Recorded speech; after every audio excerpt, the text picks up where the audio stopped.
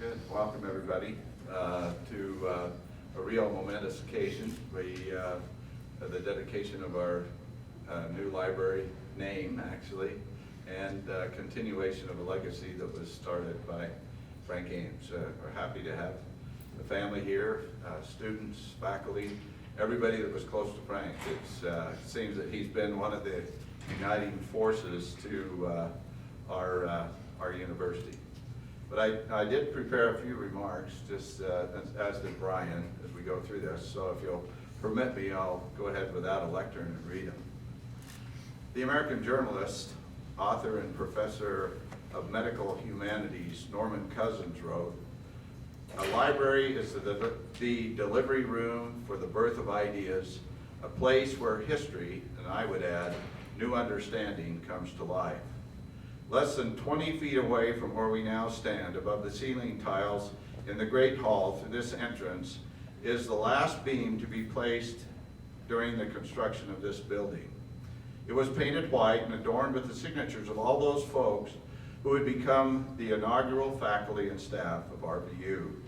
That special beam was hoisted in position on a cable bearing the American flag with the final resting place to be bolted down. Among those signatures was one scribed by the man we are here to honor today, Frank Ames, the inaugural director of the first ever RVU library. But he was more than that. He would become a colleague, a mentor, and a great friend to all of us here at RVU.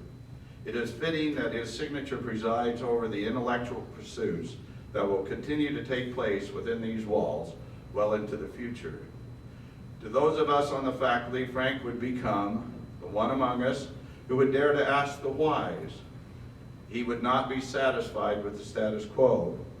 He strived always to lift all of us to higher achievements in curriculum and leadership by suggesting new ways of doing things or challenging old ideas.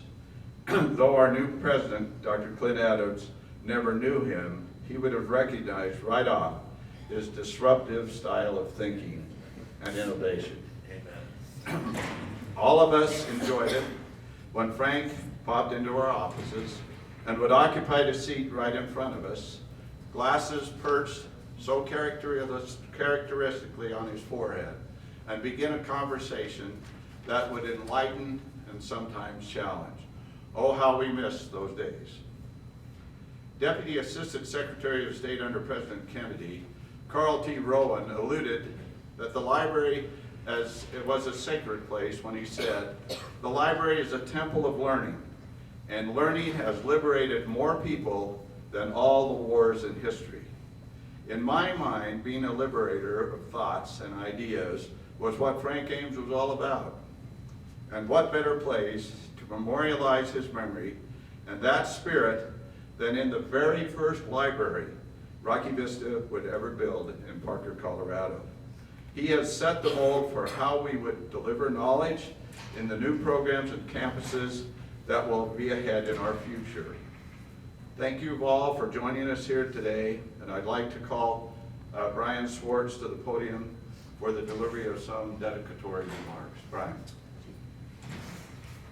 Thank you, Dr. Told, and thanks to everybody for coming today to be part of this dedication. Thanks to Julie and Kelly and Hannah for their help in the design of the plaque and the sign, and everything that you guys have done to make this day possible.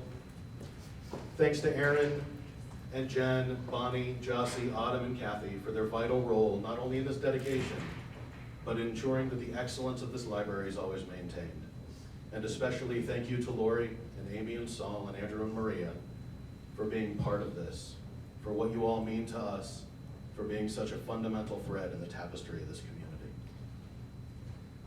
Dedicating this library to the memory of Frank Richell Ames is a pleasure and a daunting task. It means that we hold ourselves to a higher standard, one that resonates with his vision and serves his memory.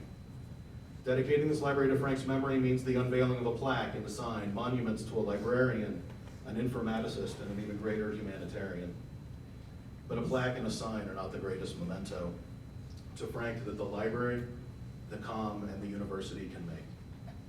The most significant, the most lasting, The most important and the most fitting tribute we can make to Frank and to his memory is to continue to train, educate, produce dedicated physicians, serving their patients with compassion, with the greatest knowledge possible of the human body, of physiology, pharmacology, and pathology, and with the utmost clarity that their mission as physicians is not only the excellent practice of medicine, but the humane practice of excellent medicine.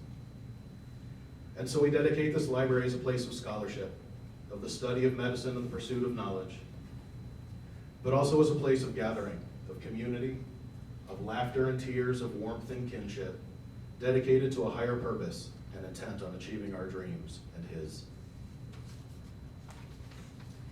Frank exhibited his humanity to this community in a million different ways, in the way he lived and taught, led, followed, and learned.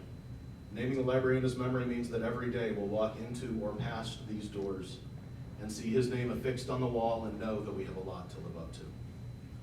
So along with the Board of Trustees, President Adams, Dean Told, the administration, faculty, staff, and students, we dedicate this library to Frank Richell Ames, humanitarian, scholar, teacher, and friend, to honor his legacy and strive to achieve his vision.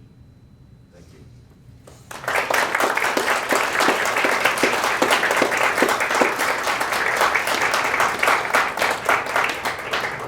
So now we'll invite everybody in for ceremonial cutting of the cake. Okay, very good. No, join in, and Frank would like to have us, and network and just join together as a family. So welcome everybody to the new Frank Ames Library. Yeah.